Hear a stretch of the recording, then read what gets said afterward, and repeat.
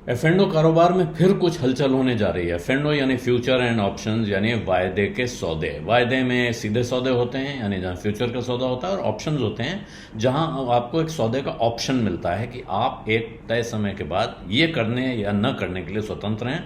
ये ऑप्शन आपके हाथ में रहता है। तो फ्यूचर एंड ऑप्शंस में पिछले दिनों काफ़ी अंकुश लगाया गया है, कड़ाई बरती गई है। सेबी उस कारोबार में, क्योंकि एफ&ओ बहुत बड़ा कारोबार है और उसका असर नॉर्मल ट्रेडिंग पे यानी कि स्पॉट ट्रेडिंग पे पड़ता है, कैश के कारोबार पे भी पड़ता है, क्योंकि भाव ऊपर नीचे करने में एफ&ओ का रोल होता है। और इसमें बहुत सारे नए लोग फंसते हैं। सेबी बार बार वार्निंग देता है, एक्सचेंजेस वार्निंग देते हैं कि 10 में से 9 लोग नुकसान उठा रहे हैं। इसके बावजूद बहुत सारे नए लोग आते हैं और एफ&ओ के काम में लग जाते हैं। लेकिन इससे बड़ा काम हुआ, ये नए लोग वहां से नुकसान उठाने आते हैं, वहां बहुत बड़े प्लेयर्स एफ&ओ के बिजनेस में लगे हुए हैं।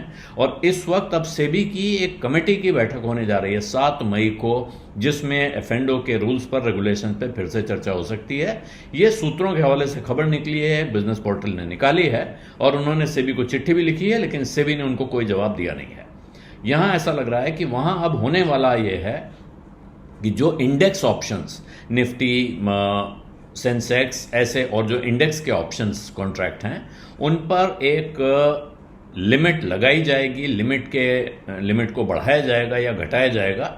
ये बहुत महत्वपूर्ण सवाल है जो उठ रहा है, और इसमें तमाम मार्केट पार्टिसिपेंट्स के लिए, यानी स्टॉक एक्सचेंजेस के लिए भी, और बहुत बड़े इन्वेस्टर्स, फॉरेन इन्वेस्टर्स या डोमेस्टिक इन्वेस्टर्स जो बड़ा एफ&ओ का सौदा और ख़ास तौर पे जो एल्गो ट्रेडिंग करते हैं, उन पर असर पड़ने जा रहा है। जो 7 मई की जो बैठक होगी, उसमें जो प्रपोजल डिस्कस किए जाएंगे, वहाँ ये है कि क्या अब उसके बाद ये जो चर्चा होगी, इसके बाद सेबी इस पर एक फाइनल सर्कुलर ला सकता है, और इसमें तमाम तरह के मार्केट इंटरमीडिएरी से, यानी कि एक्सचेंजेस के लोग शामिल हैं, ब्रोकर्स के लोग शामिल हैं, इंडस्ट्री बॉडीज हैं, और डिपॉजिटरीज भी हैं, और भारत सरकार के प्रतिनिधि भी उसमें शामिल हैं इस कमेटी में।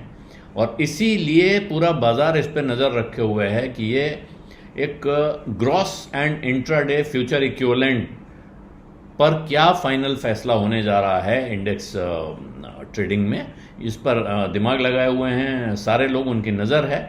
अभी क्या है कि क्या इंट्राडे ऑप्शंस की क्या लिमिट तय की जाए, क्योंकि जो बहुत सारे जो पार्टिसिपेंट्स हैं, खास तौर पे जो बड़े हाई फ्रीक्वेंसी ट्रेड करने वाले लोग हैं, यानी जो एल्गो पे ट्रेड करते हैं, और फॉरेन पोर्टफोलियो इन्वेस्टर्स हैं, वो बहुत बड़ी लिमिट चाहते हैं। उनको वो बड़ी मछली बड़ा चारा चाहती है, मतलब आप इसे सामान्य भाषा में यूँ समझें, वो चाहते हैं कि बड़ा 5,000 अभी उस पर लिमिट है 5,000 की, तो उसको 5,000 करोड़, 5,000 रुपए नहीं, 5,000 करोड़ की लिमिट है, उसको वो 15,000 करोड़, 5,000 करोड़ से 15,000 करोड़ तक की लिमिट वो चाहते हैं। और वो क्यों बड़ी लिमिट चाहते हैं?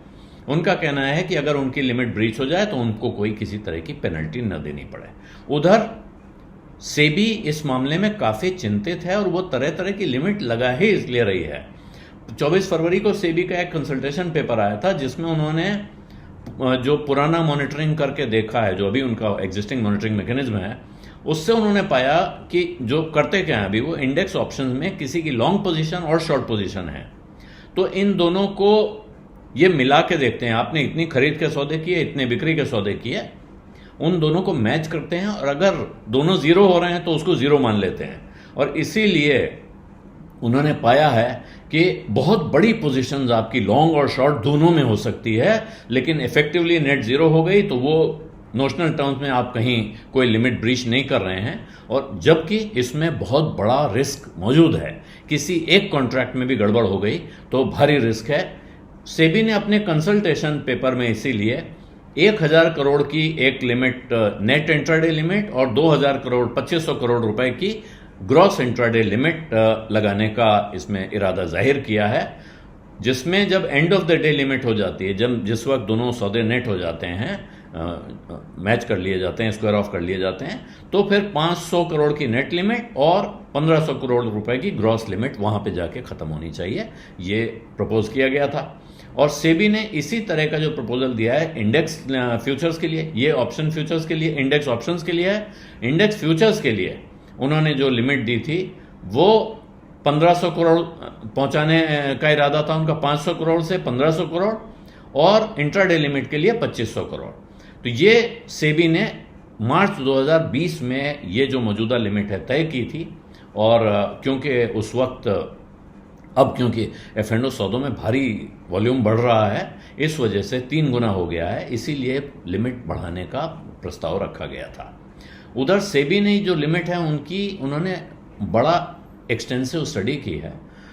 नवंबर 2024 में उन्होंने 50 टॉप ओपन इंटरेस्ट होल्डर्स के डेटा देखे, जिसमें उन्होंने पाया कि जो टॉप नवंबर महीने के जो टॉप ओपन इंटरेस्ट जिन लोगों के पास पाया गया, वहां net future equity open interest 500 crore के आसपास का दिखाई पड़ रहा था, और इससे ज़्यादा का एक्सपोजर जो है बहुत कम दिख रहा था। तो इस हिसाब से उन्होंने एक लिमिट लगाई।